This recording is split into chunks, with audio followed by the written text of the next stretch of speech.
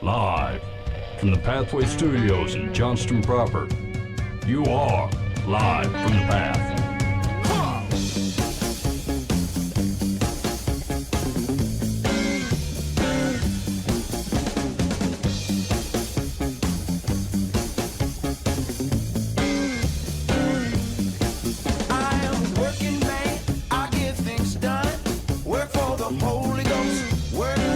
And you're listening to Live from the Path. We're coming to you from the Pathway Studios here in Johnston proper.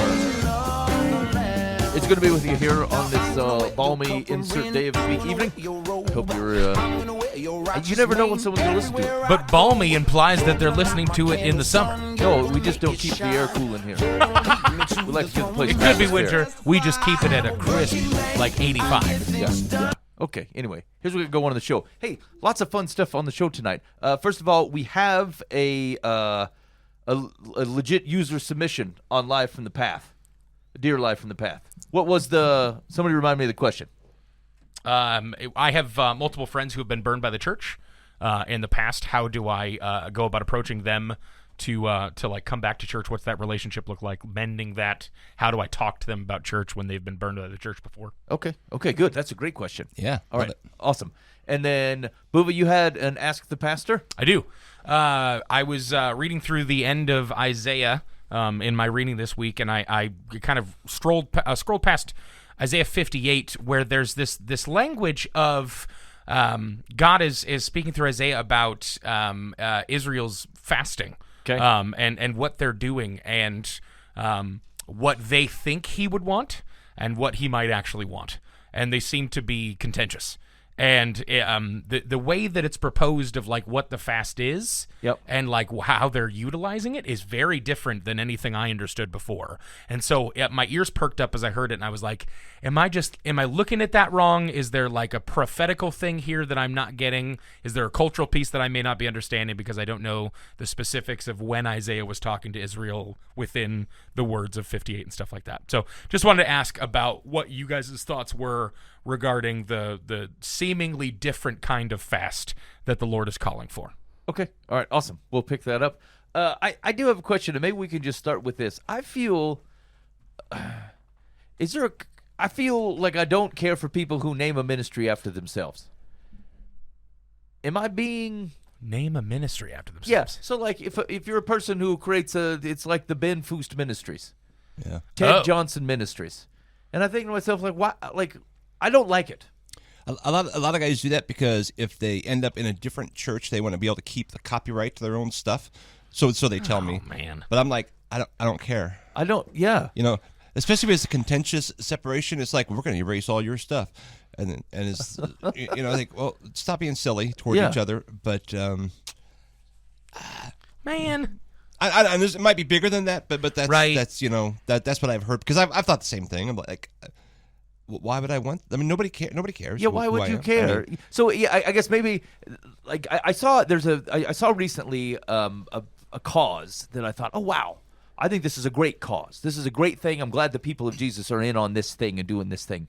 And then I kind of looked it up and researched a little bit, and there was a dude who does it, and you could contribute, but the contributions were to this guy's name ministries. And it just left a bad taste in my mouth because I thought, like, so there's a practical consideration that, Dan, I think you highlighted, and then I thought, or like it's self-glorifying, right? Yeah, but that's what I would think. There's also a side though of, let's say you're a really popular preacher. I'm Dan Smith, and everybody wants to, Dan Smith. Wow, is that a real good person? I don't know. I tried to make up a name. I don't know. Yeah, okay.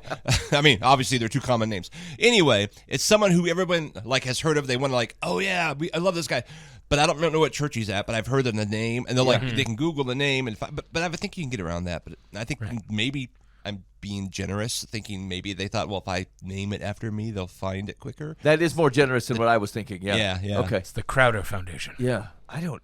Anyway, maybe it's not. Maybe there are legitimate reasons of which it's okay. My first gut was like, I don't know why you would want to put your name on it unless there was something that was self-glorifying. And like I said, I'm open to practical reasons. Like, hey, when you like, it's your ministries, I guess, and then when you talk to people and you ask them to contribute, they trust it because it's you. I don't know. I just don't like it. I don't like it, and maybe it doesn't matter, but if you're a person who has a ministry and you want to formalize it as some sort of like your name ministries, just know that I don't like it. I think you should stop it. Yeah. You know, on the coattails of that statement, I want to let you guys know about my new ministry. It's the Troy Engeldinger ministry. And, Who's that? Some guy. Okay. Some dude you don't need to know. No, Yeah. absolutely not. Okay. I don't know, Mike. Does that do you hate that? Does that not bother you? Doesn't hit you either way. I hate it. Okay. Yeah, I just hate it. Yeah. None of it makes any It sense. feels like I must increase. You didn't write any of the things you're saying. Or maybe like when I was, I don't know, 100 years ago on the radio was a guy, was it J. Vernon McGee Oh, or yeah. something? I think he's Yeah. still out there. And maybe you're like, as an old guy, I want to hear one of those sermons. Well, he died like 80 years ago. I don't know how long he died. So you type in his name, you'd probably find something. But you would anyway. Yes, you Yeah. would find our show is called Live from the Path. If you search Ben Foust or Dan Hudson, like you're going to come up with Live from the Path. We're like famous. Yeah, definitely, like internet famous. And so, yeah, it just seems like whatever barriers are there, I'm okay with. It all sounds like the wrong posture. Yeah. Right? You're like, I gave this one awesome sermon one time. You did what now? Like you sourced all the content from Jesus, hopefully. Second of all, you bathed it in prayer, hopefully. And third of all, like it wasn't by like any movement or any greatness that had come out of it. If you're posturing yourself in the right way, you're not going to attribute it to your own genius of the story of Jesus. You didn't write it. You didn't do any of the actions that produced the greatness. You know what I'm saying? And so to save it in perpetuity and go, remember how this one time I retold a story of this awesome thing God did and it was so cool. I just want to make sure that the money gets headed in the right direction. Yeah. That sounds bold. Paul only ever put his monetize it. name on stuff because it was a literal letter. Yeah. Can you imagine John writing down Cornhole. Revelation and going like, that's John Baptizer Ministries or that's John Patmos Ministries. John of Patmos Ministries. Yeah. If this gets accolades in the future, like, which I'm sure it would, like I just want to make sure the money goes to my family. You know what I'm saying? Like it just seems weird. Paul of Tarsus, LLC. And think of that, like, so even none of the New Testament books were titled. Like we gave them Right. titles. Because it was the dude's name who wrote the letter. Yeah, and like Or the account. as a normal letter would be, and Matthew doesn't write his name on his own gospel account, like It's our way of organizing. Right, we know that, we get it from church history, we recognize it by the things that he's saying, but like none of that is going, here's my account. The only person that does that is Luke, and that's because it matters to the thing that he's trying to accomplish with Right. both Luke and Acts. But like, yeah, I don't know. I was praying through it because again, I think it's a righteous ministry. This dude might be awesome, might totally love Jesus and the work that his ministry does, but like it was enough that I was like significantly turned off by it, Yeah. and I didn't. Yeah, I'm just trying to figure out am I overreacting. I mean, we're in a modern context, right? We talked about this a couple weeks ago about like people's local congregations are not their only congregations, and we talked about focusing on like people that you can't really connect with, and whether it should even be something that we are focused on at all, But like once that realm carries over, then do you become like a band, or do you become like any other service industry where you're like, look, the money's going to exist either way. So either you can make sure it gets funneled in a direction that gets used appropriately. Like no matter what you do, your content is worth $3 million. So you can either set it up to make sure that you're getting at least $1.5 million of that, or if you just take your paltry $50,000, we're just going to spread that $3 million out to other people. Yeah. To like your agent or your lawyer or your whoever, your creative media director. So I mean, it could be one of those things if we're trying to look at it generously, but overall, it just seems really bold. yeah, Like even for like Christian bands run into this too, but like people who preach the gospel, right? It's the good news according to Matthew. Like the heading is the good news, like the thing that Right. Jesus did. And so like you're not presenting it in a way that like if you're adding to it, you've screwed it up. If you've taken away from it, you screwed it up. If you give it to people the way that God presented it, like with a worldly example so they can understand it better, then you did your job. Like, but anything more than that feels weird. yeah. I agree. You know what? I was thinking about a couple weeks ago, and Dan, I wonder if this is true in your the stuff that you've been doing over the last few years from a ministry perspective. is that like I loathe the thought of asking people for money and trying to raise money and stuff. But if you find the right thing, then it feels like it completely flipped. And I'm not even sure that this is an actual something that I'm doing yet or whatever. But like my wife and daughter had gone on a mission trip to the Dominican Republic, and one of the things that they got to talk about, my wife did birth work, was a birth doula and stuff, and like women's like sex education is woefully inadequate. Like these ladies do not know, they don't understand their bodies, how they work real well, and like things that you would kind of expect actually from like some third world countries where you feel like, well, actually they probably, because they do so much with so little, that maybe they know this. But like I think a combination of industrialization has brought in some not the persistence of some like legacy wisdom here. And so so sex education and stuff specifically for ladies, but I mean I think for fellas too, this is kind of a very patriarchal like society with a bunch of real lazy dudes.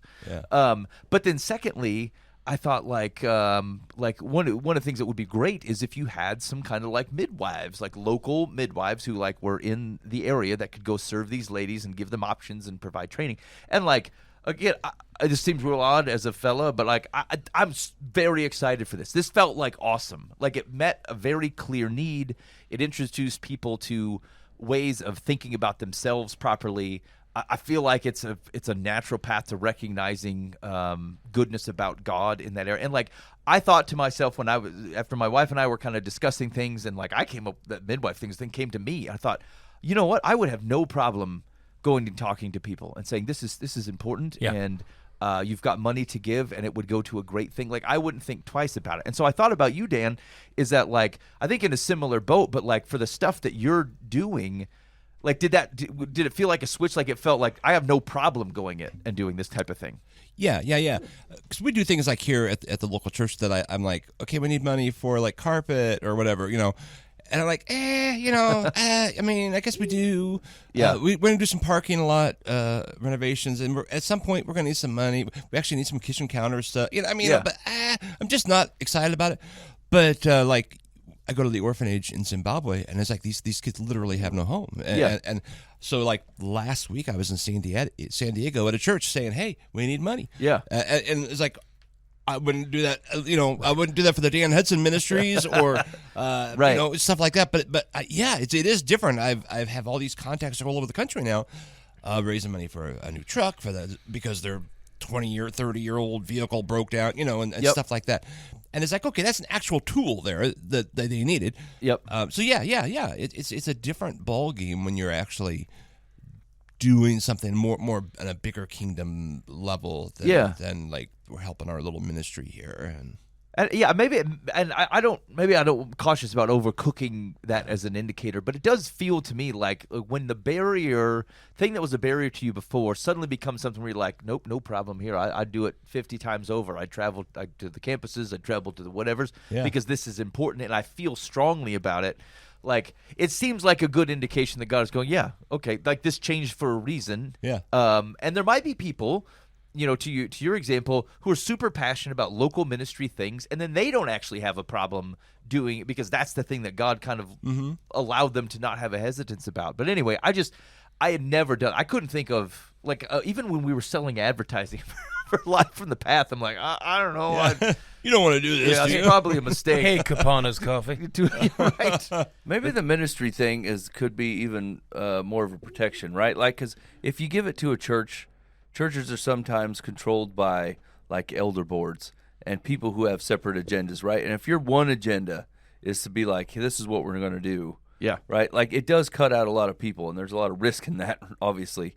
But some folks could be setting it up as I don't know. I'm trying to give them the benefit of the doubt. I'm stuck on this ministry thing because they can't all be like these, like beard twisters. You know what I'm saying? Like they can't all be sitting at their house twisting mustaches going, here's how I can defraud God's people to fund my gold toilet. Like that. Yeah. I don't think that can be true, but like I can see a good amount of people setting it up as like for really good reasons, and other people setting it up to take advantage of you. Yeah. Yeah, I think that's right. And I think I don't know. I was stopped at the gas station on the way here, and for some reason, the thing that was playing over my mind across multiple situations was like, it's more nuanced than that. It's more nuanced than that. Like, most people are not very like as clear as you want them to be in their motivations. Like, they took I don't know how, but Boov and I work in a corporate environment, like successful companies, successful situations, and you would be flabbergasted at how many times people make decisions because of like one thing that they heard, and they're like, yeah, let's We're going to go with that. Yeah, let's do that. This seems great. Let's buy this thing. We heard somebody at a conference talk about it, and like, well, that's not a very good basis to do anything. But like, you know, a guy sets up. Is it possible that dude goes, well, everybody around me has done this. People who had the most impact on the world, they seem to be them as individuals, and so that's what they named their ministry. And like, I just want to be impactful.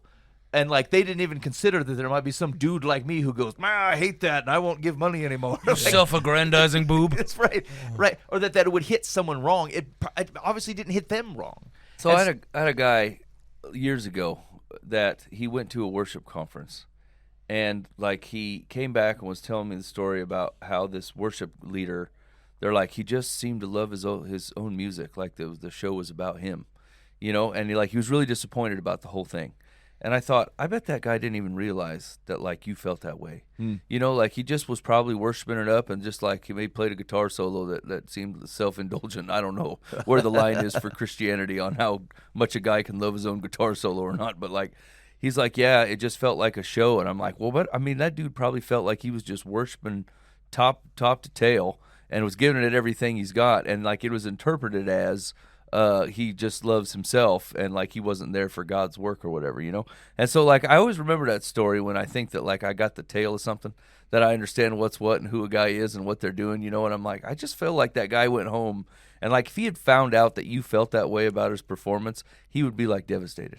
He would be like, oh man, I can't believe people took it in that way. That's horrible, you know? That totally happened to me. Like, not in a worship contest, but like, I thought I was doing something and trying to accomplish something in a certain way, and to find out that someone took it in such a way that like made it feel like I was after my own ends or trying to go around or like something. Just I don't remember exactly what the circumstance was, but like you're right. I felt terrible, and it was not my intent at all. And like some of that, here's the thing: you never know how people are going to take something.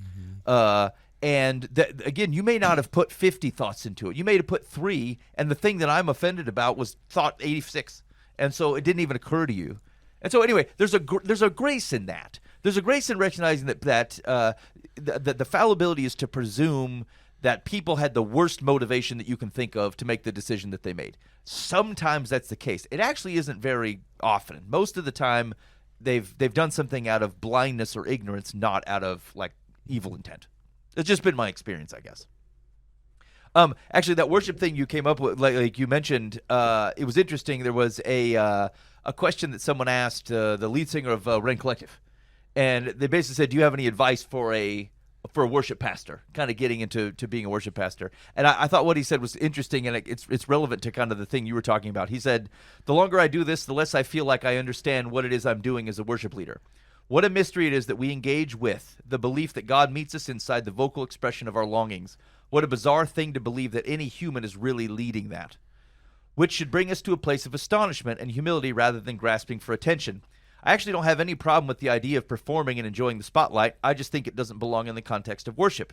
Be a rock star, go for it, with God's blessing, but just don't make a spectacle of yourself in the sanctuary." Mr. Guitar Solo. Yeah. He goes, and I say that as someone who has made that mistake 1,000 times. I've been hired to make that mistake. Worship isn't a place to fulfill musical ambitions. It's a place to relax in the presence of God and in the company of your church. Worshippers should hold on to amateur status for as long as possible. It's not a career.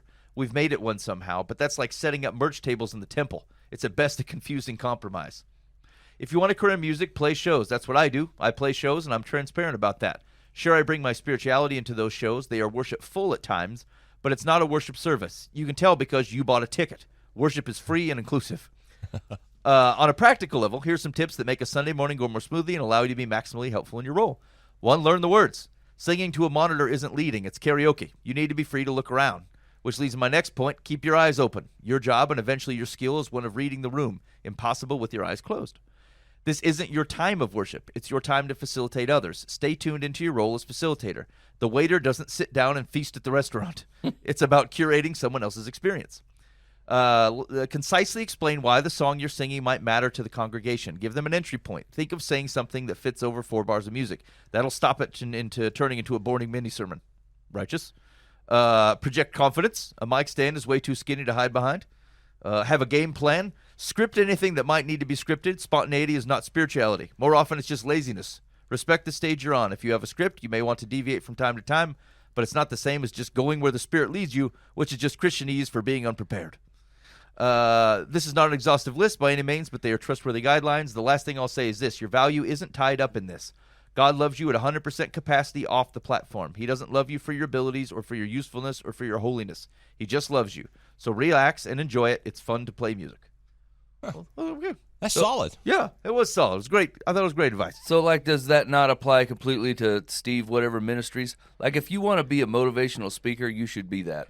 Yes. You know what I'm saying? But, like, if you're going to go out there and roll it under the guise of, like, money is necessary in this exchange for me, you know, to continue to do this, then I think you're probably heading the wrong direction. Yeah, and I think that this is one of the cautions I had with the guy I came across is that, like, the cause that he was leading sounded great, but the only way you could give money was to this dude's ministries, and I thought, well, like, I actually don't know what that's going to. Like, does that mean, could it be anything like your flight expense to go do a conference in Indiana? Which, I mean, here's the thing. It may be fine. That may actually be fine. Like, people with skills who motivate crowds and draw people into good things, like, they have to, you got to pay for the ticket. It's okay. But, like, it was nebulous enough and focused on this guy's name. It was weird. That's why I've been thinking about it, because I don't want to, I'm trying to make sure I'm not, like, overreacting. And, of course, like, I want to meet the man. I want to talk to him. I thought about having him on the show, actually. Maybe he won't come on anymore. But, like, I just, like, it's too shallow to go, oh, he's got his name in the ministry. I don't want to be a part of this. That's way too shallow. But, like, it felt like it was interesting to think about how it might turn people off, because it did to me. It did to me. Okay, you're listening to Live from the Path. Hey, what turns you off about Buva?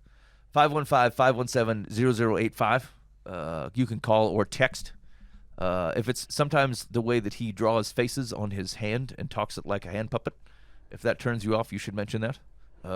Any other thing that he says or does that you feel like would humble him appropriately, and you should 515-517-0085. And I expect some interactions here. Yeah. Like, there should be a long list. This is how you know people aren't listening to the program. Right. Yeah. If they take one look at me or listen to anything I've said over the last 13 years, absolutely there should be things. Yes. Agreed. I'll know. Agreed. All right, let's do let's hold the advice. Let's do the Ask the Pastor. Okay, sounds good.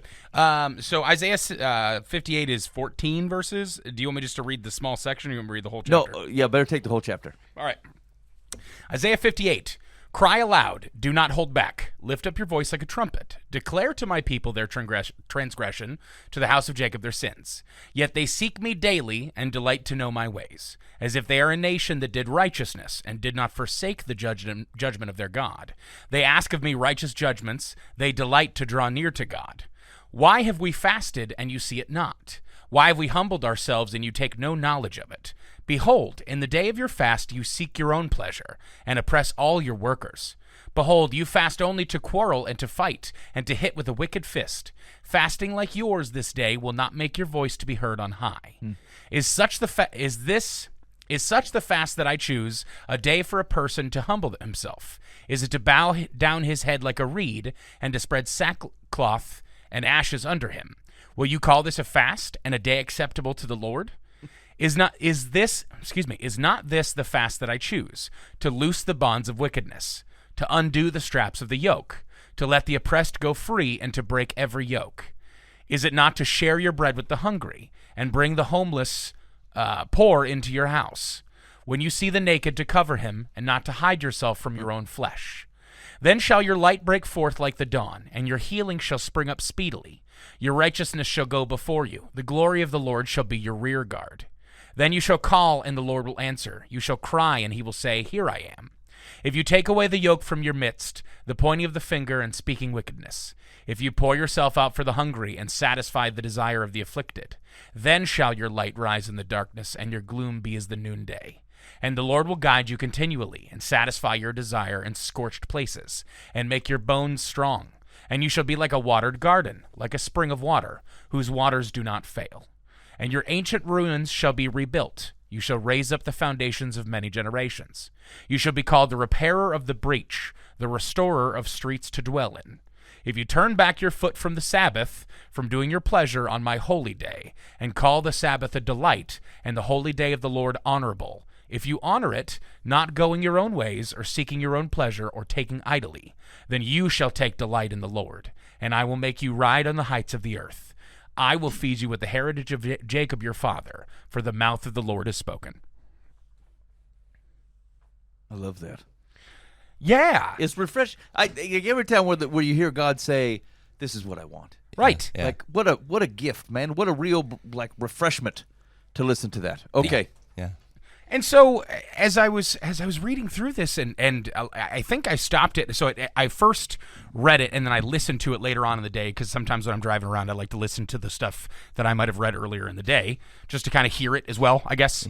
I played that a couple of times because I was like, okay, it doesn't feel like a condemnation of the actions of the concept of the fast, right? Of fasting, which had happened up to this point in the Old Testament. I think that there's still a place for that. It wasn't like abolishing the concept of humbling yourself before God and all those things.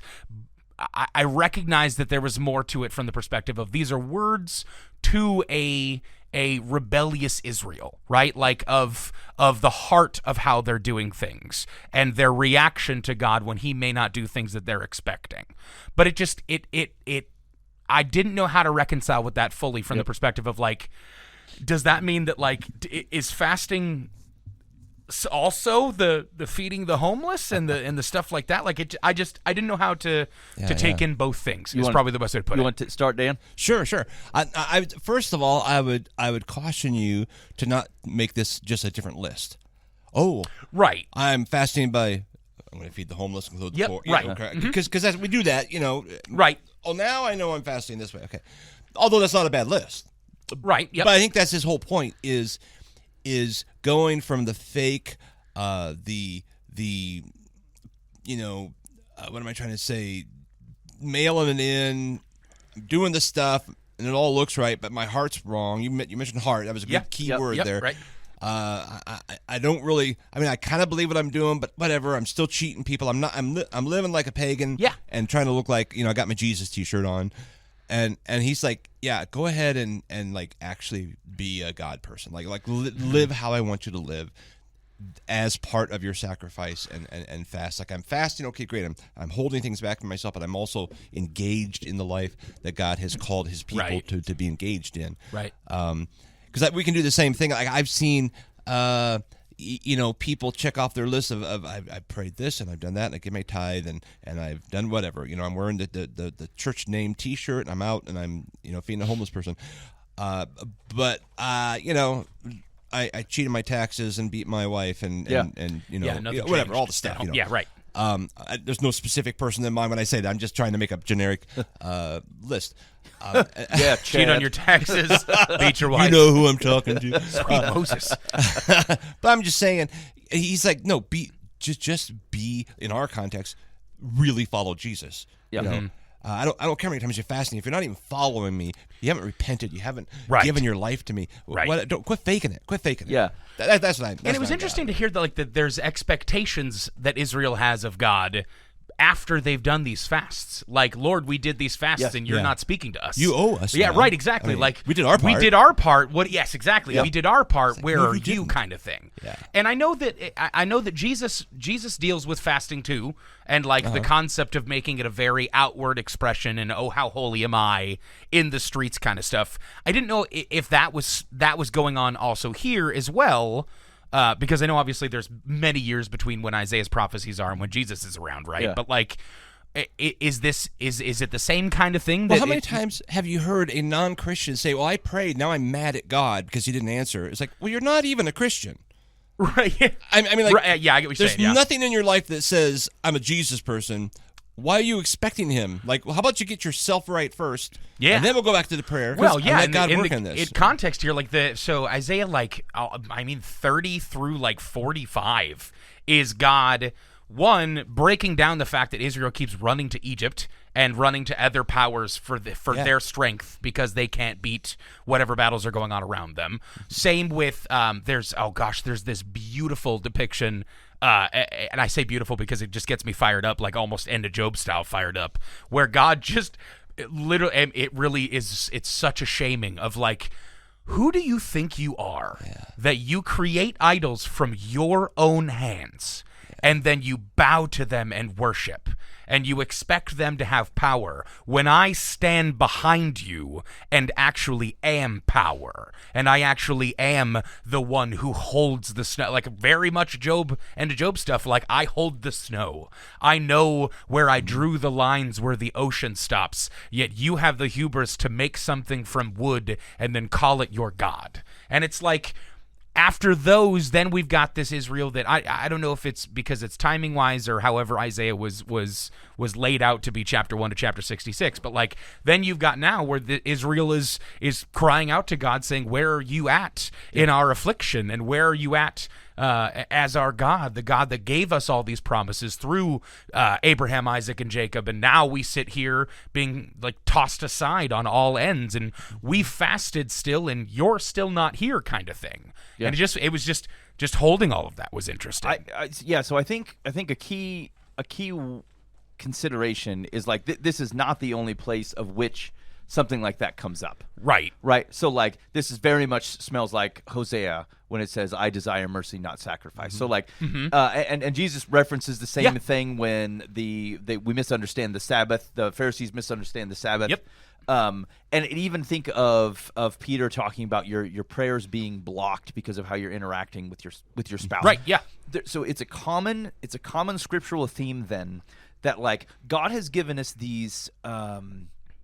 I don't want to. They're not regular. They're pictures of what it is to interact with Him. Yeah. Right. They're the motion of sacrificing, the motion of praying. These are ways of which God has given to us to interact with Him. But He goes, I think you're not buying audience with Him by being righteous. Right. But He is not willing to basically allow you to think that you're going to boss Him around and then misrepresent Him to the world. Because it's interesting if every prophet in the Old Testament goes after Israel and how they treat the poor. Every one of them. Interesting. And it's interesting because like Christians are totally involved in like poor ministries, like homeless ministries, indigent ministries type of things. But there's modern posturing around how we think about poverty and people's own place in it. But I'll tell you this, Israel got beat up by God every time. And it was always contextually, among other things, right, had to do with how they treated the poor. Because I think fundamentally what he's getting at is that like you are not, like if you are a picture of me to the world, you are the kingdom of priests to represent me to the rest of the world, I am being misrepresented. What they see you doing is going through these, I don't even want to say elaborate situations or whatever. What am I thinking of? You're putting on the Edgar suit from Men in Black. Yeah. Yes. But here's the thing. Is sacrifice good? Well, yes. Yeah, God asked for that. Is fasting good? Yes. Right. Like, these are the right type of, ceremonies. I can't find the word that I want. They're the right types of things. But, like, if you do that, like, you're buying God's favor, He's saying, look, your role, like, you're focusing on God to you. Yep. God goes, you're here for everyone else around you. And so how you treat other people matters. That makes on sense. your interaction with God. And so like it's the thing that hits me, and I think this is a Western Christian thing more so than I think it's everywhere else, but like some of the posturing that people have of like, hey, I'm a good pious Christian, they're measuring, I pray every day, I read my Bible every day, and God is going, did you look around you today? Right. Did you ignore the people who are less fortunate than you? All the things that are going on? Did you mistreat your family? Did you walk in arrogance when it came to how righteous and holy you believe yourself to be? And like, we separate those things. We're like, well, I got the thing right that I'm supposed to get with God. I'm working on the people thing, and they're sinful anyway. But like, it is very clear that God looks out and he goes, I'm not listening to you because you're not listening to me. And you're not listening to the people around you. So that was the fundamental promise, right? Like, I will be your God, you will be my people. Yes. And like, you will be my people means a lot of things. Yeah. Yes. And it doesn't mean that you have to be perfect in it. God is still accepting the sacrifice is a representation of your imperfection. Yeah, Like, but he's not going to take on your arrogance. He's That's not going to exactly take right. on you spitting in his face, upholding none of the things that he's asked, while you parade around and go, I am a person of Yahweh. Give me the stuff that is due for the person of Yahweh, both to the people around you and to Yahweh. Like, I am a person of yours. I expect this much. And God goes, hold on. The promise is, I will be your God, and you will be my people. And you're not even close. You're not even trying. Right. You're not even trying and failing. Like, and to make it worse, you're posturing as if you are. You're rolling around as if you're nailing this thing, and you're trying to fool me with it. Yeah, it's interesting because you get this sense for like they're doing these motions and they're saying, God, okay, we did this. Where are you? And he's looking back down and going, where are you?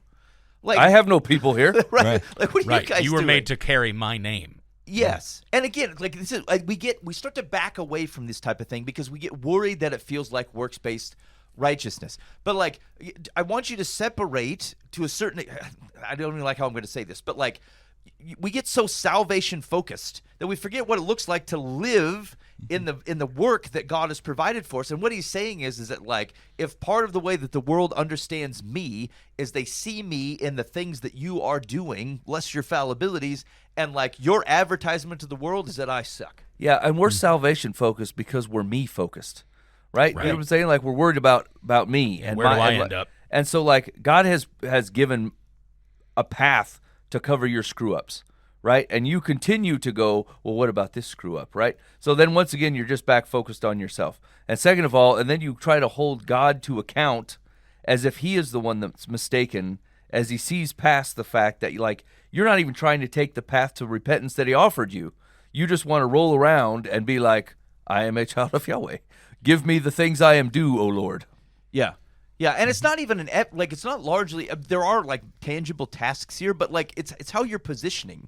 Are you looking at the rest of the world in humility and going, whatever I may have, may I use it to God's effect in the world? Or like we primarily saying, like, God, I want you to rescue me. Now, in fairness to them, some of the things that they're posturing in Isaiah, like they are asking him from as a community thing, as a nation thing, will you step in? Yeah. We're in a real pinch here. But I think it was basically saying is like I gave you a way to live that's righteous, and you're picking and choosing. Like, you're choosing the stuff that serves you, and you're ignoring the people around you. And so hard-heartedness towards humanity, like not looking at people with hope, not looking at people with mercy and gracious, I don't care what the circumstances is, I think it runs a risk of blocking the things that you believe are faithful interactions with He says Yahweh. it does. Yes. He says as much. Yeah. Well, what did Jesus say as he was preaching all around the region, the kingdom?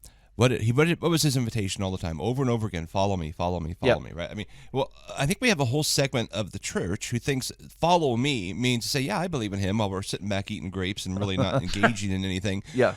And follow me. That's a big thing. That's like, It's an active trust status. me, obey me, believe me. I mean, literally follow me. You know, you live kingdom.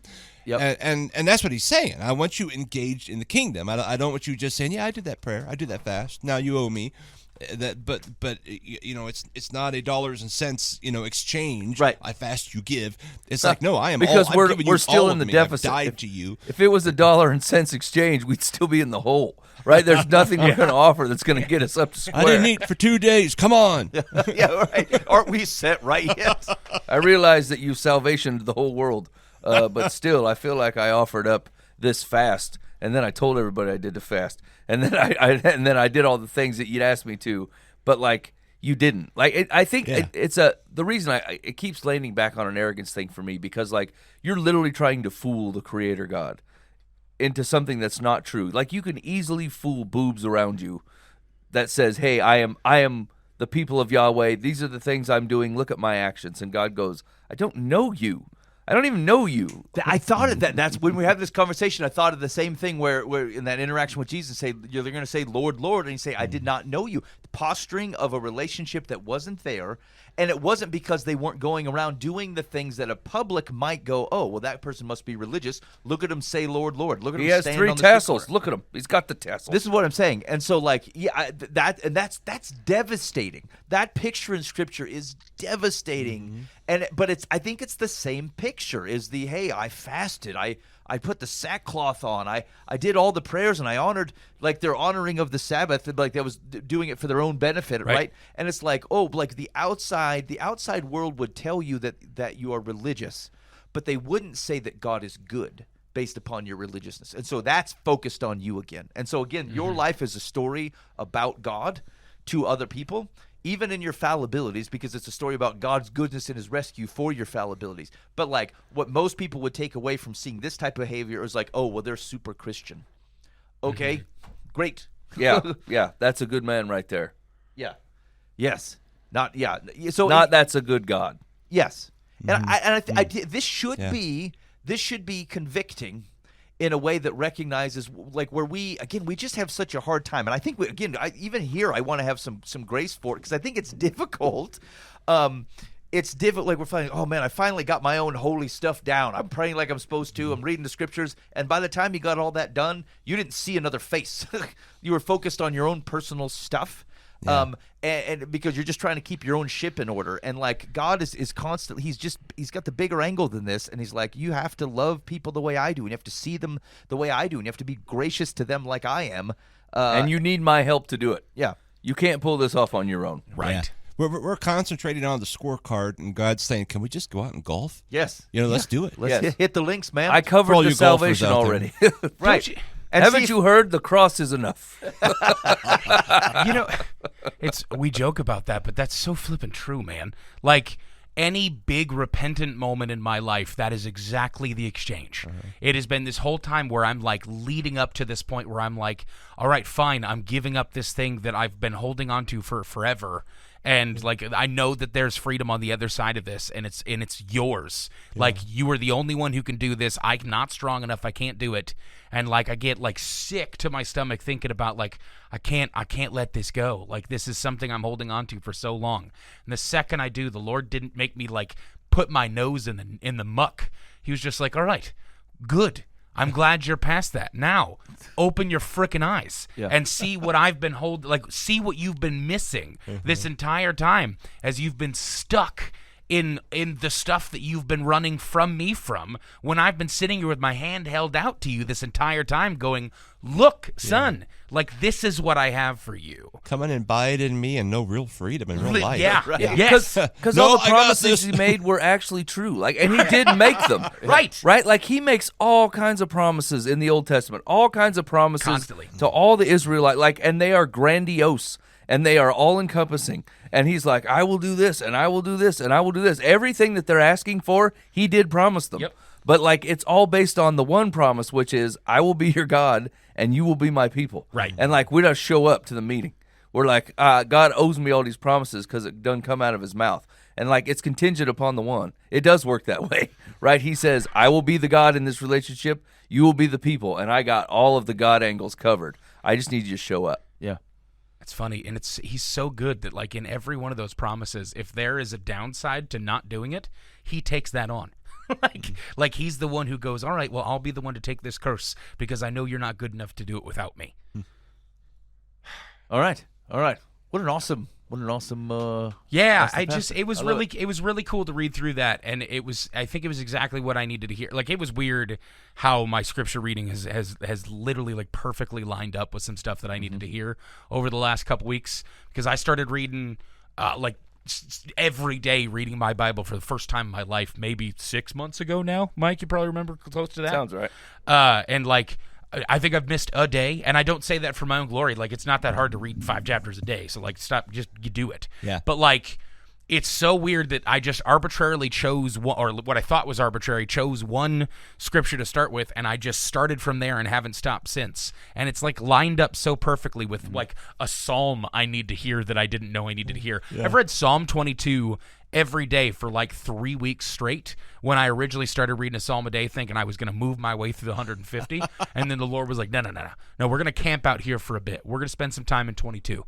And like I heard that I just switched on to 23 as I moved into Jeremiah, but like it's been really cool to kind of like wake up and when I'm ready to read, asking God like, if this is what I'm supposed to read today, let something hit me. Yeah. And if it's not, let me move on. But like I'm earnestly reading my Bible in a way that I feel like it is me trying to get to know my Father for the first time. I got some friends doing the same thing right now, and they'll come every week like, we're just reading like Ezekiel, I've never read this, right? And they're just, their eyes are big, and yeah, which is, I love it. I mean, I've been hit in the freaking face with Job, the end of Job, a couple times in my life, but like that was the real like punch in the face I needed. The rest of the stuff I've been like, okay, that's kind of cool, but this last time I've gone through it, I'm just constantly like, dude, that's so cool, and like we're reading or we're learning Matthew in church, and I'm like. Getting a chance to go through Old Testament is the same time as I'm going through and reading Matthew and hearing from that as well. It's just like, dude, this all, but like there's a lot to this. Like the Lord did this really well. He really set out a really good set of like 66 books. He did awesome. So yeah, it's been really cool.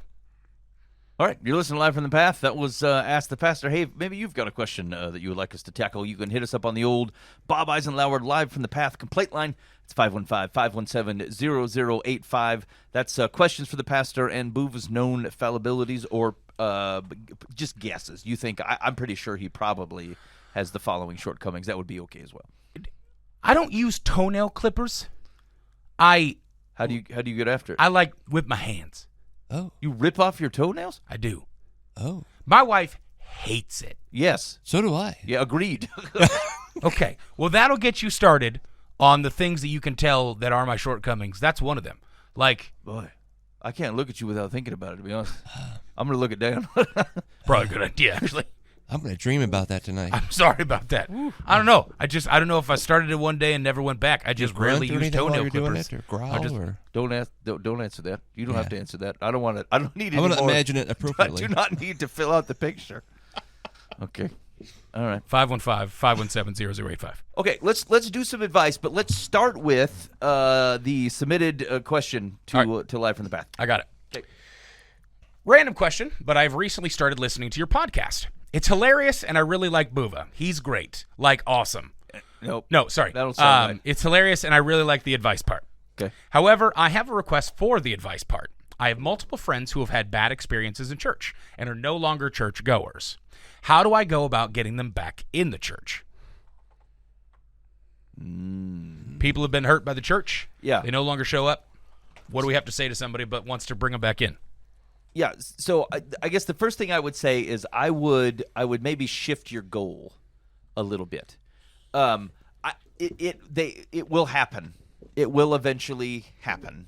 But like people tend to blame infrastructure when there weren't really there tend to be relationship issues. But you tend to blame the infrastructure, and so. Remove the infrastructure as part of the equation. Like, how do you start getting them to re-engage in their relationship with Jesus, to see the value in community?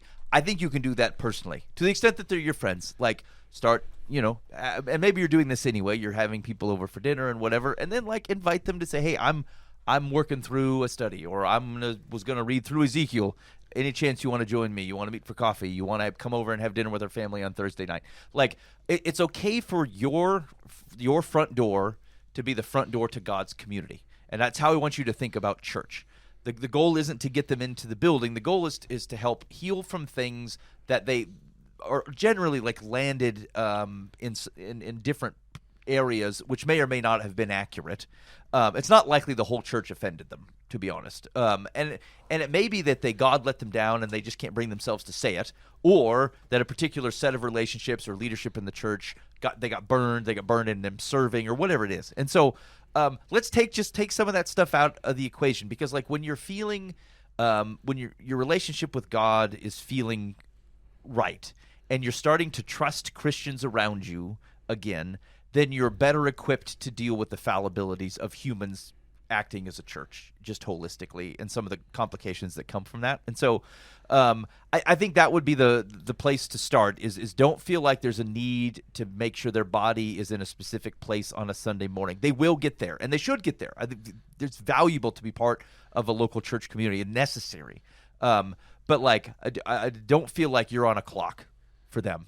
So I would say let your front door be the church's front door to best you can, and then take it from there. Yeah, I agree. You're not trying to connect them to a congregation. I mean, ultimately, yep. you want to connect them with Jesus, and that's what saves. That's where salvation comes from. Yep. Yeah, it could be one of a couple things. It could be like we just talked about with the scripture you just read. With maybe they were not engaged in a legitimate relationship with Jesus in the first place. They were attending a church. And they were like, I'm fasting. Where's your part, God? You know, and so there was a disappointment in God because he's like, well, I'd like you to engage in me, you know, abide in me, as Jesus said, like we said earlier. And secondly, you know, I mean, it's not shocking to have a disappointment in with people. Yeah, totally. I mean, you read through. I was going to say the New Testament. Read through the entire Bible, and it's one after another disappointment with people. Over and over again. Yeah, because we're people. And we all know that. I mean, it's not shocking. I've disappointed many people through my life, and they've disappointed me, and that's just called life. So somewhere in there, you've got to learn to have some grace with that. It is when people disappoint me, okay, you let it, you feel it, whatever, but then let it go. I mean, you can't sit there and live in it, you know. You let them worry about that between them and God, and you make sure you're right with God, and I think that's part of it. It's just building them in that relationship. I think everything. I echo what Ben said in that, but I don't know if I can prove on that. Just don't be so shocked. Don't let that be the thing that keeps you away from God. Is people made me mad, they disappointed me, therefore they're all hypocrites. I'll never come back. It's like you can't control that. Yeah, and I don't think you have to. I think to one of Dan's points is that, like, I mean, they could have legitimately aggrieved you. They could have been offensive and harsh and terrible. Absolutely. Like, Actually. But Because we do that kind of stuff. Totally. But there is not like a prescribed timeline of which you should be offended. There's not a particular set of like, well, here's the 10 things that have to happen for reconciliation to occur. Like, that's all stuff we made up that we felt like this would be how things would set right. But like, your relationship with God is set right by a very aggressive act of grace. And the faster you can embrace the fact that you want to live in that way in reaction to other people, again, back to the discussion we just had, like, that starts to communicate Jesus out. And so, like, it's not harming the person who harmed you to hold on to this longer. It's just mostly harming you, and that's true for any relationship stuff. And so, yeah, I would agree with Dan. Like, the more you start to see your relationship with Jesus correctly, you tend to be more gracious, more forgiving, and start to see some of those situations with the church in a better light. You expect humanness out of humans. Yeah, because you see, and frankly, then there's a humility to that, because then you start to see yourself in it and say, boy, I probably wouldn't have chose that particularly sinful way to go after somebody, but like, I'm prone to others. Yeah. And so, like, humility causes you to look at people differently, and frankly, that goes as we think about God calling his interaction with people around him. Like, so we're so often become. I don't like the word judgmental, because it implies that the only way to interact with people properly is to have no sense of judgment. That's not right at all. But like, it's how you think about the rendering of that situation. So like, can I look and go, dude, that guy totally put himself in this situation by abusing drugs and alcohol? That can be totally true. But what do I think about that? I say, well, I think that's rough. And like, that must have been a tough spot of which he started it. It must have been a tougher spot to decline in it. And boy, I don't even know how I would handle a world without hope like that, without Jesus. And so you look at that person with hope and a level of sympathy and an opportunity that they might yet see the blessing of being in relationship with God, as opposed to, you put yourself there, I hope you deserve it. Right. I hope you know what I'm saying? Like, we don't have to change the true thing. You change how you react to the true thing, because like, the most nastiest true thing about you, Jesus goes, yep, I saw that, and I'd be willing to die for that and reconcile you back to me. And so like, anyway, that's what gets back to the thing, is like, we don't have to smudge over it or act like people aren't nasty and that the church doesn't have its fallibilities. But like, again, closer you walk with Jesus, the closer you get reminded that like people are people and it's good and bad, then you start to actually be able to move on from those situations in a way that's valuable to you and then ultimately beneficial to the kingdom. Okay. I think that's right. I feel like if you're going to take out something like this, I would just be real cautious on making sure you're not allowing it to be like a airing of grievances every week. You know what I'm saying? Like if you're going to do a Bible study, like I think you should do one and focus on God and let that relationship do what it's going to do. Yeah. And like instead of like if you it's only a caution because if you walk in there knowing what their hang-ups are ahead of time, then you're going to end up focusing on them. And it's just the wrong focus point. That's all, right? It's just a caution that makes sure that like let's get our internal relationships and our relationships with Yahweh heading a direction, and then like if we want to mull over, past grievances, they'll come up on their own. But like if you let it be a crap on church fest, it'll stay there. It will never get past it. Yeah, that's true. Yeah. All right. Secular says or would say you should divorce your friends and go to therapy. Call the police. Call the police. Actually, this is, I think, keying off something that Mike said, is that also you be cautious to don't take on this as like your personal mark of success, if whether they re-engage with the church or not. Like these are God's things to move. People do get the option to respond to how they want to. Like again, I think you do your very best. You recognize that, again, if your front door is the front door to people engaging with God's community, make sure it's open. Intentionally make sure it's open. Actively engage it. Actively invite people through it. That's for everybody, not just the question asker.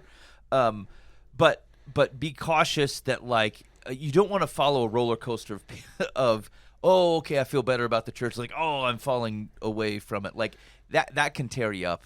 And so look at people with hope. When you look at people with hope, and even as they go up and down, you go, well, it's a real roller coaster you're on, but I'm still hopeful, and I think God can still do great things in you. Then it doesn't throw your world off. It's real disorienting to follow people around on their ups and downs, especially when God's stuff is tied up with people's stuff. It becomes hard to sort out, and so just stay encouraged. Even if this doesn't go like smooth sailing, it's bigger than, it's not your burden to carry. Hand it over to Jesus and let him carry it. All right, ready? Okay, ready. Dear Life from the Path, I have lived in my apartment for 9 years. When I moved in, I met a woman who moved in about the same time. We became friendly, and I enjoyed talking to her at the pool and the mailbox until I got to know her better. She has alienated all the other neighbors and kids in the complex with her attitude. She butts into conversations and asks personal questions, despite claiming to, quotes, mind her business and keep to herself. Life from the Path, I was raised to be forgiving and understanding. I have reached out to her and taken her to the store and medical appointments, but then she freaks out, swears, and demands that I speed up, take her to thrift stores, etc. She asks why I don't take the freeway instead of surface streets with traffic lights. I finally quit taking her places, but now she has started walking to my apartment, sitting down, and asking me questions. She also gets mad when she sees I went to the store without her. How do I politely but firmly tell her to leave me alone, and I no longer want to have anything to do with her? She makes me anxious and drives me crazy. I understand she's lonely, but she's a miserable person to be around. Signed, Doormat. It sounds like you already know what to say. Yeah, see, you've got it all planned out. You just got to pull the trigger. Yeah. Yeah, It's hard to say it out loud, but you just should have sometimes asked you not just have how do I politely but firmly tell her to leave me alone. to. Rip You that say, Band-Aid off. when do I tell her to politely and firmly to leave me alone? Yeah. Okay. So this is interesting because I think someone could say, well, aren't those things contentious? The things that you just said earlier: have hope for people and have your front door open. And now Someone could say that, Ben. look at this. Look at On the complaint line. look at this difficult person. And so, how do we reconcile those two pieces of advice? You, first of all, you got to, this is difficult. It's a skill, not a talent. You got to figure out how to be all those things, gracious and full of hope, without being tied to everyday interactions as if they are moving the needle significant ways, right? So, like, you can be open to taking her to the store, and she can be mad about you not taking her to the store, and that has to somehow be okay with you. You can set. I mean, like once they become in a way that you need to set up a boundary, and like I just feel like you just need to be clear, just very clear. Like, Hey, I'll be available on Thursday. that's right. I can take you to the store and to the medical appointment. Just for a heads up, we're gonna roll the freeway, and we're gonna probably get there in a route you're not okay with. But like when we go out, I'm gonna expect a certain level of behavior. And I'll get you there on time. Yeah, and if that's not going to work for you, like it's the same way you present it to your kids as they start to get older, right? Like just give them all the facts. I know that you have an issue with the way that I drive, but that's how we get places. So if that's going to work for you, then I'd love to take you. If it's not, then you'll probably have to find another ride.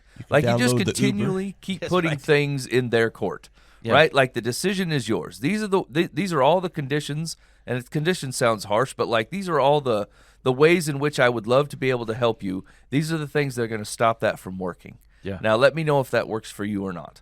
And there you were polite and you were firm, and like either they'll back out on their own because they're like, you don't tell me what to do, you don't tell me how to act. They'll leave on their own if they can't meet those conditions. Yeah. Or they'll screw them up and say, look, we had a hard time meeting the conditions today. I feel like we're going to take a couple weeks off and maybe we'll try her again. Yeah, I think that goes. I think we've given this same type of advice multiple times, but the key here is that, like, one, figure out how to be unoffendable. Like, you just don't have to take personally what outrageous people think, and then two, just pull some of the emotion out of it. Like, you don't have to carry a torch for a right reconciliation of all the stuff. Somebody said something offensive to me. Well, since you can control whether you're going to be offended, go, hey, well, that was an offensive thing you said. I'm not offended, but it was offensive what you said. Like, that's okay. And I think Mike's right. You kind of set clear boundaries, clear terms. Don't, like, when people are outrageous, as long as you don't agree to follow outrageous people down an outrageous path, then you tend to be able to handle the situations much more objectively. Yeah. As far as the last problem where they're like coming into your house and like sitting down asking you questions, like this is just weird that you tolerate this anyway, right? Like obviously they don't have any social affair with doing this, and so like have you ever not said like either lock your door so they can't just roll into your apartment, or be like, look, you got to knock before you come in here. Will that work for you? Because people coming into my house that don't knock is not allowed. So let me know how that works for you. Let's try a knock next time. And next time we don't knock, we're just going to have to say, look, you can't come in here until you're like to use the knocking. Yeah. So it is. This gets back, I think, to the thing that one of the things you alluded to up at the beginning, which is that like not everything applies or has to come to full bear on every situation that exists. So again, you don't have to. People can't just give you one option to help them. You get to explore all the various options that might exist. Sometimes, like you need to be open and gracious and kind and inviting. And then some people disqualify themselves. You're not the right person anymore. You have to be like that to the rest of the world until they disqualify themselves. And I don't mean disqualify like I only help good people. I mean sometimes you just are not the right person that is going to actually progress this person's life in any way or another. And so if you pray on it, and then if God makes it clear, like, hey, this burden isn't on you. You don't have to chase this person down. It's not your responsibility. I'll pass it to someone else, or they don't want it, then you're absolved. You don't have to keep beating down the same door all the time. There's legit holy peace to that, and you're going to feel like there isn't, but there definitely is. Yeah. Like there's peace to saying, like the number one issue is letting them decide terms of your entire relationship, right? Like if you don't take me to the store when I ask, you don't love me. If you don't drive the freeway instead of the traffic lights, you don't love me. Blah, blah, blah, blah, blah, blah. All these things. And like none of those, they're patently lies. Those aren't true at all. I do love you, but like I'm not going to love you in that way. That's not going to happen, right? So you can't, anybody who tries to start dictating to you a one singular route, like basically do what I ask you to do or our relationship is in shambles. Your relationship's already in shambles. Yeah. And so like set boundaries that you can say, I would love to be in a relationship with you, but this is the way that this is going to be able to work. And make sure you're not being a jerk about it. You know, like you're not setting terms just to push them away, but like they'll I just tell you, they're going to push themselves away because they're not used to not getting their way. They're not used to you not jumping right when you say you will do it this way. Otherwise you don't love me. And you go, well, I do love you. What you said wasn't true, but I can only make the store on Thursdays. That's when I go. So let me know if you would like to join me. And then that's it. And like it's a straightforward exchange of ideas and the way things are going to work. It's not an emotionally charged event. Okay, you want secular's advice? Secular says, Hold on. Booba, are you trying to figure out whether you have contention? I'm just trying to figure out what I want to voice, and I don't think it's anything right now. How about now? Oh, sweet Moses. Fine. How about now? So, to speak on the other side of that, if we think that doing all of this stuff sounds like you might be being a doormat for this person who is a total pain in the butt and downright just ridiculous in most of their interactions, it sounds like. If you eliminate the concept of the doormat and just go, I'm unoffendable and my joy is in the Lord every day, and I get to be in an opportunity where a person that is flat out unlovable in a lot of situations, I just get to help them out. Whether that's being a person that listens to them gripe as they walk in my door, or a person that takes them to the store, and even though they bicker and want me to be on the freeway, I still take the roads that have stoplights, but we make it. And they'll bicker, but they'll make it. They make it to their medical appointments, they get to the store, all this different stuff. You take any chance of you getting offended out of there because it's just not what you care about. Like, it doesn't matter what they say. You were still there, right? Is the advice the same? Or is it possible just to be like, I'm going to stick in it and I'm going to keep doing it just to be with this person? I'm not a doormat because I took away their possibility of stepping on me because I couldn't be stepped on. I was just there and just kept doing it. And even if it feels like I did it for 10 years and I didn't see a needle move, doesn't mean it didn't. And flat out being there for people that are unlovable, like, is an awesome thing. And like, even those little things, they add up to people. And even if they don't, it's not on you to be counting the score. Like, you're just there. Yes, I don't know. I don't know that the question is around whether you're a doormat or not. Did we say that? he signed it. Oh, okay. That guy sounded smart. Okay. But I think the answer is it could be. I think it could be true either way. I think it is wrong to prescribe that the only faithful way to respond to it is to stay in a situation like that. Just like I think it would be wrong to prescribe that you should always bail from it. Agreed. Yeah. So I think they are both viable paths. The key question that I think you're preying on is there one, like, you'll have peace one way or the other. Like, you're praying for, like, which right. one of these things feels right. So, like, I think to your point, you should be open to the fact that yes, you're in on that thing. But I wouldn't say, like, we shouldn't. I don't know that I would even default to that. I think that's a prayerful question. And like, one of the things is that, like, the presumption in the thing that you said is that, like, it is always helpful. I'm not sure that that's true. I'm not sure that that's true, that it's always helpful by that you're to stick in that relationship. It also paints you as an extremely one-dimensional person, like as if you have no other relationships in your life, right? People that take up that kind of bandwidth, like, you have to take it from somewhere. So if you have it to give, then I suppose it's not that big of a deal, right? But, like, those situations don't change after you get married and after you have kids and after you have any other type of reasonable responsibilities. And so, like, you have to start pulling time and effort away from other good things in your life and saying this one gets carte blanche, and, like, basically it ends up sucking up any other good things you could have possibly have done with your days and promises that you've made other people. Mm-hmm. Yeah, that's fair. That's fair too. Which I think that goes back to the path of prayer, which is, if that's where God wants your effort, then It is. yeah. Then you're in on it. But if it's very possible, like, I don't know that you have to do that. If that person actually could just be a straight up distraction to you, like, they're just soaking up your time and effort. Well, and there's also a perspective of, like, you may not have to be the only person who does it. Like, if you want to get together a couple people, go, hey man, there's a person at my apartment complex that just sucks, and they're like the neediest person I've ever met in my entire life, and they're constantly needing crap. Can we just figure out a thing where we've got a couple people that when that person needs to go somewhere, we get them there? Like that way it's not all on one person. Start an apartment carpool. Whatever. of some Yeah, sort, like there yeah. may be more people that need that. I mean, I'm totally fair. make I'm not a saying you have to positive go out of it, straight to creating a John Bova ministry. I'm just saying like you could just phone a friend and be like, "Hey, I have to go to the store with Jamie and she sucks. Will you come with me?"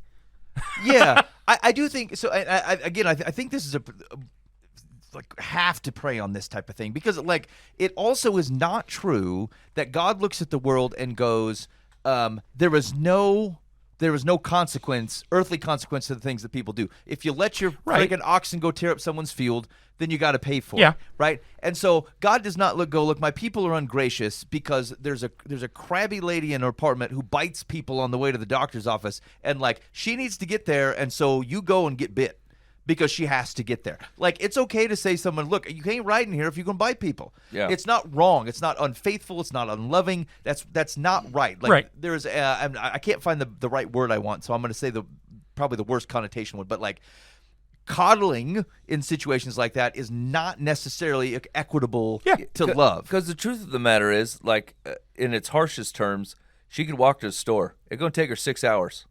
Right, but like she has created barriers along every corner that could have drove her there. Right, so like her attitude has made it so the most viable option for her is to walk there, but she refuses. Right, like someone owes me a ride. Someone like I guess what I'm saying is like I think we're available for generous things, but like there are certain paths that people have to walk through. Like Israel's been the same way. Like there are some times where you have to feel the consequences of the things you've done before you ever even consider that they might need to change. And so like it is a prayerful, loving thought to make sure that you're not celebrating and allowing poor behavior to continue merely because you want to err on the side of being generous, where actually the loving thing to do is to allow those consequences to bear out a little. Yeah, and I think the risk, and this gets more to I think what Buva was talking about, is like we do tend to, I think, draw the line too shallow on how far our generosity should extend. That's probably right. I think you probably need to take this is the same reason why Jesus has to walk the earth. His notion of forgiveness is like 1,000,000 times farther than most of us would default. We're like, I don't really have to do 70 times 7. This is like 7 would be too much for me. And so to see Jesus do it, wherever you think is like, boy, I cannot take it anymore, I'm guessing the line is probably beyond that. But it also comes with his invitation to be his people and like an invitation to good things, right? So like he doesn't say, follow me, by the way, you can rob the Samaritan while we're on our journey. He's like, you're going to follow me and then you're going to do good things as you follow me. And like your actions are going to match your words. And so like the hard part is trying to think that you're putting yourself in a way to teach people how to do life. But like that is exactly like what we're trying to do. We're trying to teach people about who God is and what life looks like following underneath him. And so there is I think we're trying to hedge against the risk of pulling our generosity because people are annoying. All people are annoying, right? But like given this same tactic, like the amount of bandwidth it sounds like this gal might be taking up, like just because you helped one homeless person doesn't mean you need to go home and then feel bad for the other 1,500 that you didn't do anything for today. Right, like you're almost being like our generosity should be unlimited, as if that's a possibility. And like you only have so much. You're a human, right? You only have so much bandwidth to do those things. You know what I'm saying? Yeah. And that's where the prayer thing comes in and goes, just help me to see these lines correctly. Help me to see where I'm helping more than I'm hurting. Help to show me where I'm loving, opposed to just the easiest thing to do is to take her and get yelled at. Or the loving thing to do would be to sit her down and go, listen, I would really enjoy these car rides if you weren't yelling at me the whole time. So let's figure out how to be in good relationship, not just a relationship. Mm-hmm. Okay. All right. Secular says. Yep. If you know someone will walk into your apartment uninvited, for heaven's sakes, lock your door. If this neighbor rings the bell or knocks, tell her you are busy and cannot entertain her and shut the door. If she corners you and rants about you having gone to the store without her, tell her in plain English why you stopped doing it.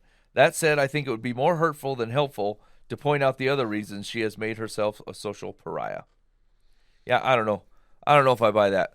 Like, it just seems like you owe, if you actually want to love her well, you're not losing anything by not having a reasonable conversation. Yeah. Again, I think there's a caution in like allowing people to be the worst version of themselves is not loving to them. Being a judgmental turd is not loving to them either. And so, but like those aren't the only two options available. No, but the output of your mouth might sound exactly the same. Oh, sure. They might take it. Again, this is where I get to the intent of your heart. Like, I'm here to help. You're cautious. You're praying through it. And like sometimes people just take that so poorly. And there isn't much you can do about it except for recognize that it's like if they took your good intent as something terrible, like there's all kinds of filters that went through that made them react the way that they did. And so you need to be double gracious about it. That's when when you tried to do a good thing. I know this, like, it happens in my marriage. I think I nailed something. I did things for the best possible reason. I thought I did a great job, and my wife did not either notice or appreciate it. I'm like double offended because I actually was thoughtful this time, and I thought I was going to get it right. And like, but that is the place to like double down on not being offended. It's like, oh man, I wanted this to go well, and it did not.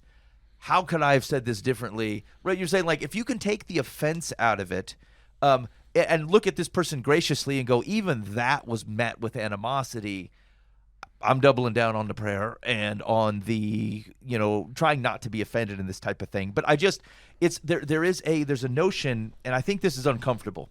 I think this is uncomfortable with the way Jesus talks about this. We just talking about this, like, as the way that he talks about the Sabbath, the way that he talks about all kinds of things from an Old Testament perspective. He looks at the laws and goes, look, the God's direction are a combination of principle and wisdom. And you got to be cautious. Like, where you went to try to protect the principle, you completely threw wisdom out the window. You were going to try to set me up and call me out because I was going to heal a guy with a withered hand when you would drag the sheep out. Like, you fought for the principle and ignored the fact that God provides wisdom as that extrapolates into the world. And so I get it. That feels squidgy, but like, God did not write laws that cover every circumstance or situation or direction. Like, he said, here's the principle of the thing, and then you come to me for wisdom. And Jesus is like the walking capital W wisdom out into the world. And so, like, the biggest caution here probably is to say that this is the thing you have to do, or this is the thing you don't do. Like, it's not that easy.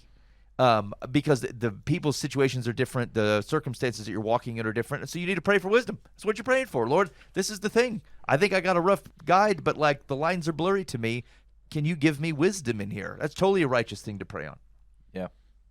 All right, you want to do one more? One more. Dear Life from the Path, I have been happily married for 30 years. Since my wife recently retired, her crossword hobby has become an obsession. She does them all day, whether we are watching TV, talking, or eating meals. When we go out, she carries crossword puzzles to do or does them on her phone. When our kids visit, she ignores them and does crossword puzzles. During the last holiday celebrations, she sat staring at her phone crosswords instead of participating in family interactions. If she were my child, I would take away her phone. But she's an adult and my wife, so I can't do that. Before she retired, she did crossword puzzles 2 or 3 times a week, and we had fun doing them together. Now I'm completely ignored. I've talked to her about my feelings. It didn't help, so I'm hoping to get some good advice from you. It's tricky because he's talked to her. I was get right. The question is what he said and how he said it. Yeah. I guess. Exactly what I was thinking too. Debbie, I'm tired of these dang crosswords. Yeah, they're making me cross. You used to love me. If you were my child, I'd take away your phone. He has not Signed, considered Ernest. the fact that maybe he annoys her with his presence. I mean, honestly, that's an issue that couples that get into retirement, that they've spent decades apart from each other. I'm terrified of that. I know, and all of a sudden it's like you're just here all the time. I've not experienced that, but I've heard people have told me that is the first adjustment. Good Is the recovery, wife Dan. is like, you're just here. Can you leave? Yeah. And so she escapes into crossword puzzles. Yeah. Probably too much. I was going to say, it sounds like weirdly she escapes when she's in normal conversations with him, and most of her daily life is in the crosswords. Man, I mean, I'm still at the same time. I think, man, if that's your problem, praise God. Here's what you should do. That's it. You should go to the local dollar store, okay? They always have this weird section that has the giant crossword books in them. Ooh. Like, they're huge, like hundreds of pages of crosswords. There you go. And for like $1.50, okay? You're going to buy 3 or 4 of those, and you're going to spend a couple weeks. You're going to do all of them. You're going to complete every single one of those crosswords. You're going to gift them up, wrap them up, hand them to her, and she's going to open up and see all these crosswords and be super excited and be like, oh my gosh, he loves me and he wants me to do what I love. and then she's going to start flipping through those pages and see that all the crosswords are done. And then you will have been very vindictive and passive-aggressive. And I was will going to say, feel this sounds better. like very terrible advice. You will feel better. the heck is going on? You will feel better on the other side of that and go, ha, Dibby. That's what I think of your crosswords. So I would like. There's a couple of things I think considerations. The first one is did we get a sense for how long she's been retired? 3 years, I thought.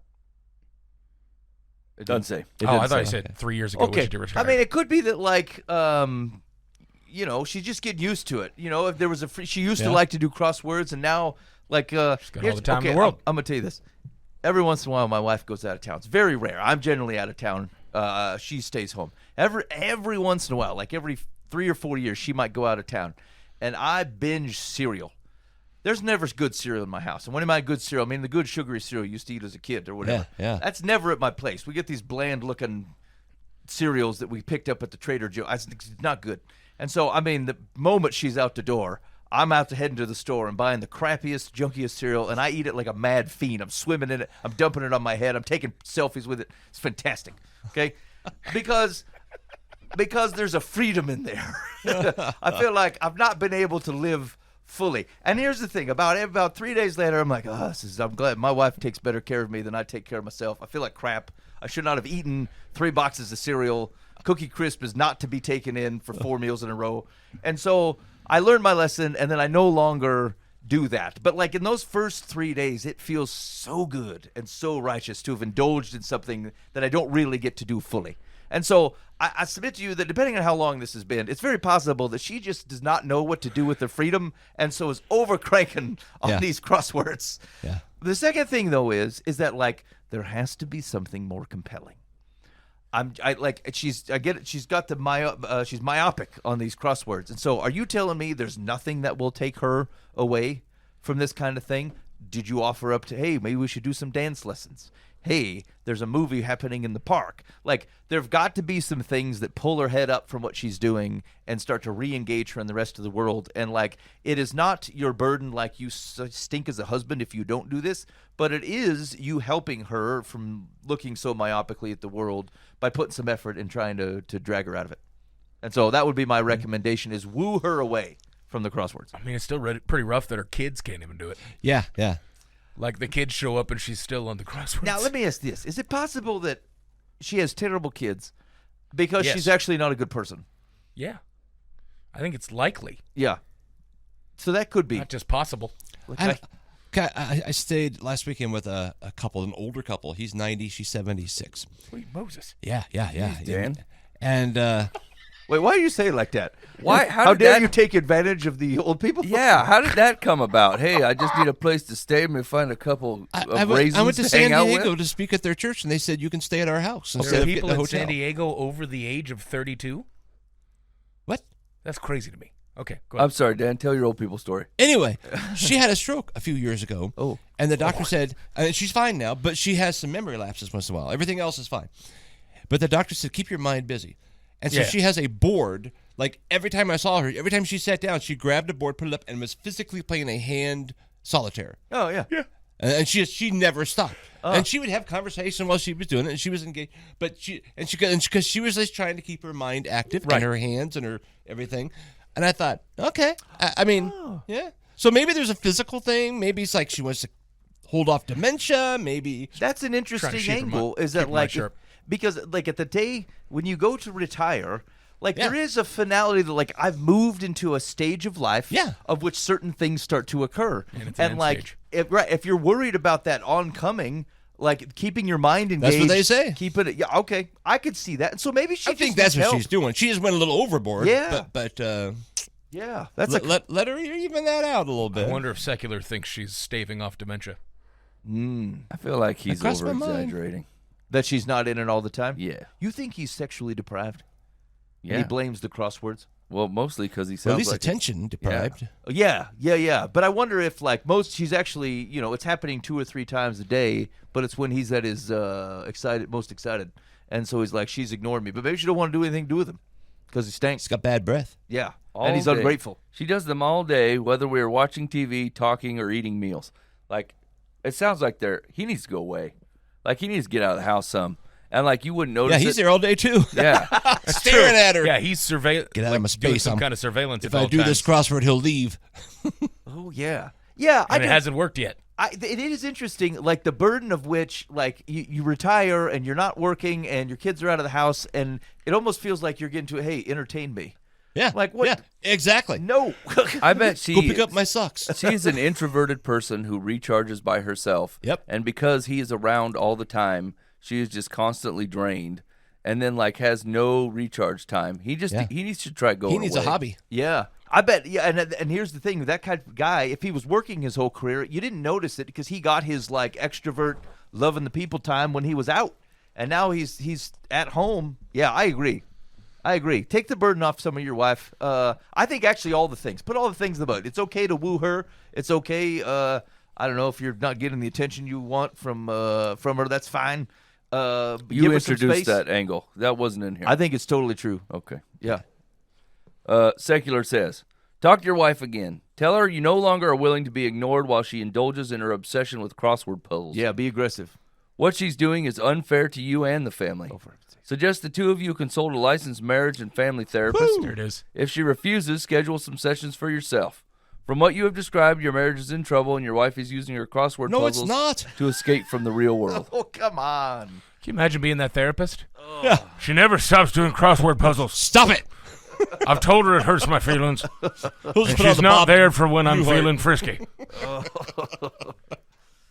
Oh, that's terrible advice. That's terrible advice. You know, Secular. okay, why is it bad advice?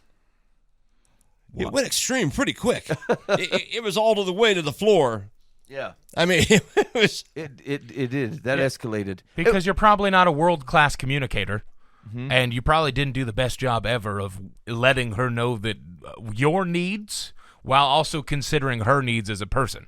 You probably just went, you're affronting me, and here's all the ways that I feel, blah, blah, blah, I'm upset. Yeah. This is and a lazy in no dude. way, and in Yes. no way went, I can totally understand why with this change in your life that, like, at one point in time, this is something you were able to do scarcely and enjoyed it so much, and now you're able to do it so much, and you're still finding enjoyment at that. I can completely understand wanting to fill your time with things that you love. If you get that kind of consideration, the person then goes, oh, they have considered me, and now I can feel fine considering their thoughts as well. Crazy how communication can work. And not to like overly pat ourselves on the belly here, but like I feel like one of the values in how we talked about this is there are multiple options as to why she might be reacting it this way. It's possible that like when people tend to tell their side of the story, it's not the entire truth, even if they're not trying to be misleading. It just is limited by their angle. Yeah.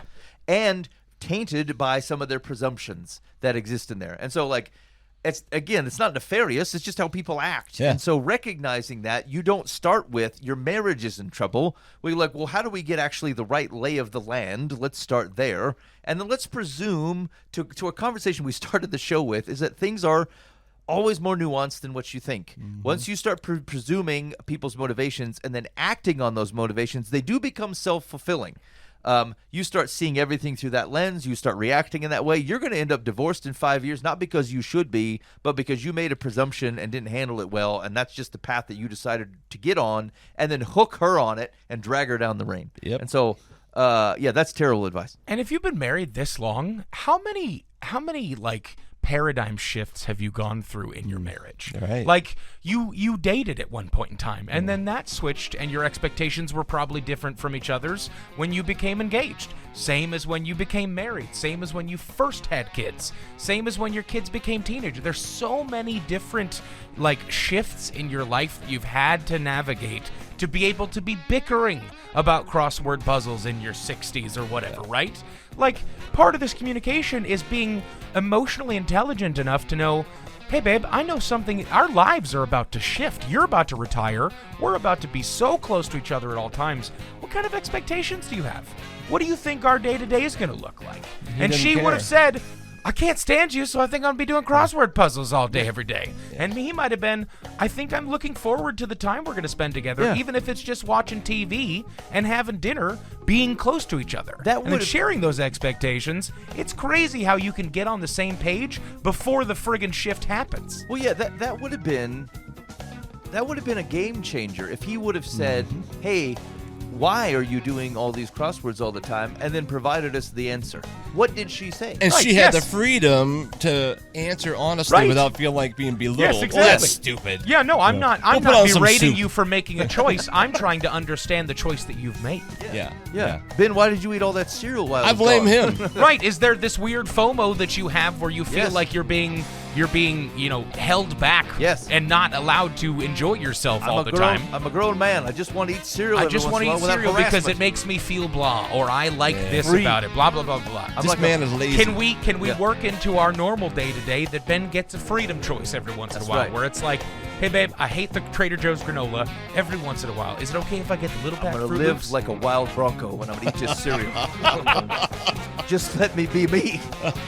What's your marital cheat day? Actually, here's the thing. At its core, most marriages struggle with unmet expectations because Absolutely. they were unarticulated. Yep. Yeah. And Exactly. and even when articulated, not positively or humbly received. The 90%, no joke. There's legit things to argue about within those expectations, but most people don't even get past that spot right there. Right. You let me down. That's right. That's right. Yeah, It's an one of the- attack. One of the best things that I've realized in almost 3 years of marriage, like I suck at it, but like there's one thing that we have both tried to hold true is if there's an argument or an affront or someone is hurt, like if I say something to my wife that sounded harsher than I meant to, or vice versa, we both look at each other and go, okay, there's no scenario in which that person was trying their hardest to be the most hurtful thing they could possibly be. Like, it's just not how it goes. Like, I'm not married to someone who is trying to viciously attack my heart, nor am I trying to do hers. And so if I took it in a way that's like, oh, that was vicious and a spit in my face, I take a step back and go, well, I know that woman, and I know her heart, and I know there's no chance in the world that that's what she was trying to do with that. And so I'm going to take that with a spoon, or the spoon of medicine, whatever, and go, okay, what it sounded like you said was this, but I know that's not true. So let's just move past that and go, okay, what did you mean? Like, where did that come from? Let's be honest and open and willing to go, I don't understand what you mean, and I'm willing to be dumb enough to ask you to tell me. Okay, you're listening to Live from the Path. Thanks for hanging out with us this week. We very much appreciate it. If you got any feedback for us on the show, you hate it, you love it, you'd like to share it with your friends, but you're slightly embarrassed, all these things are known. You can give us a call or text on the Live from the Path Bob Eisler complaint line 515-517-0085. That's call or text 515-517-0085. And I don't know what next week we're supposed to have. Vivek Ramaswamy, is that right, Booba? Yes. Okay, Booba booked him. He's going to be on. I don't know. Booba handle. I don't even know who these people are. He's getting them. Yes. Anyway, we'll talk to you next time. In the meantime, be faithful in the means. God will handle the ends. You've been listening to Live from the Path.